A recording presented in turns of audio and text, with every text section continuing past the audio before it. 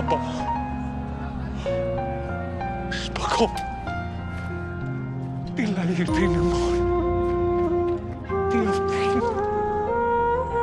ഈശോമിശിഹായ്ക്ക് സ്തുതിയായിരിക്കട്ടെ. കുരിശിലെ മറ്റൊരു പ്രാർത്ഥന, പിതാവേ, ഇവർ ചെയ്യുന്നത് എന്തെന്ന് ഇവരറിയുന്നില്ല, ഇവരോട് ക്ഷമിക്കണമേ എന്നുള്ളതാണ്. നമ്മോട് തെറ്റ് ചെയ്യുന്നവരോട് ക്ഷമിക്കുവാൻ നമ്മൾ ചില ക്രൈറ്റീരിയ യൂസ് ചെയ്യാറുണ്ട്. അവരുടെ തെറ്റ് തിരിച്ചറിയണം, മനസ്സിലാക്കണം, ക്ഷമ ചോദിക്കണം, ഇനി ആവർത്തിക്കില്ല എന്ന് പറയണം എന്നൊക്കെ നമ്മൾ പലപ്പോഴും ആവശ്യപ്പെടാറുണ്ട്. കുരിശിൽ കിടന്നുകൊണ്ട് വേദനയുടെ പാരമ്യത്തിൽ ക്രിസ്തു പറയുന്നത്, പിതാവേ, ഇവർ ചെയ്യുന്നത് ഇവർക്ക് മനസ്സിലാകുന്നു കൂടിയില്ല, ഇവർക്കറിയില്ല, അതുകൊണ്ട് തന്നെ അവരോട് ക്ഷമിക്കണമേ എന്നാണ്. തെറ്റ് ചെയ്തവൻ, മുറിവേൽപ്പിച്ചവൻ അറിയുന്നില്ല ആരെയാണ്, എന്തിനു വേണ്ടിയാണ് മുറിവേൽപ്പിച്ചതെന്ന്. അതുകൊണ്ട് തന്നെ അവൻ ക്ഷമിക്കപ്പെടണമെന്ന് കർത്താവ് ആഗ്രഹിക്കുന്നു.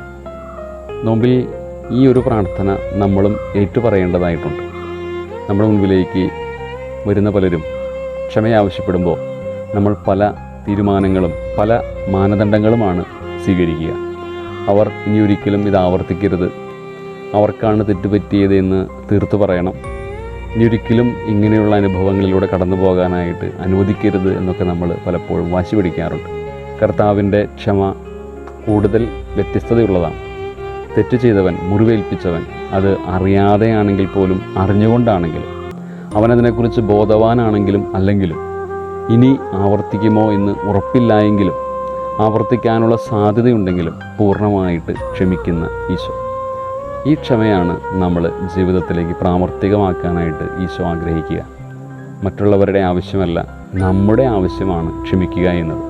എന്നെ വേദനിപ്പിച്ചവരോടും എന്നോട് അഹിതമായിട്ട് പെരുമാറിയവരോടും ക്ഷമിക്കുക എന്നുള്ളത് എൻ്റെ ആവശ്യമായിട്ട് വരുന്ന അവസ്ഥ.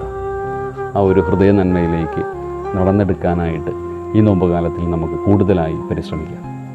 ഈശോമിശിഹായെ ഞങ്ങളങ്ങേ കുമ്പിട്ട് ആരാധിക്കുന്നു. എന്തുകൊണ്ടെന്നാൽ വിശുദ്ധ കുരിശിനാൽ അങ്ങ് ലോകത്തെ വീണ്ടും രക്ഷിച്ചു. Papa, Paco, Pilayitin mo.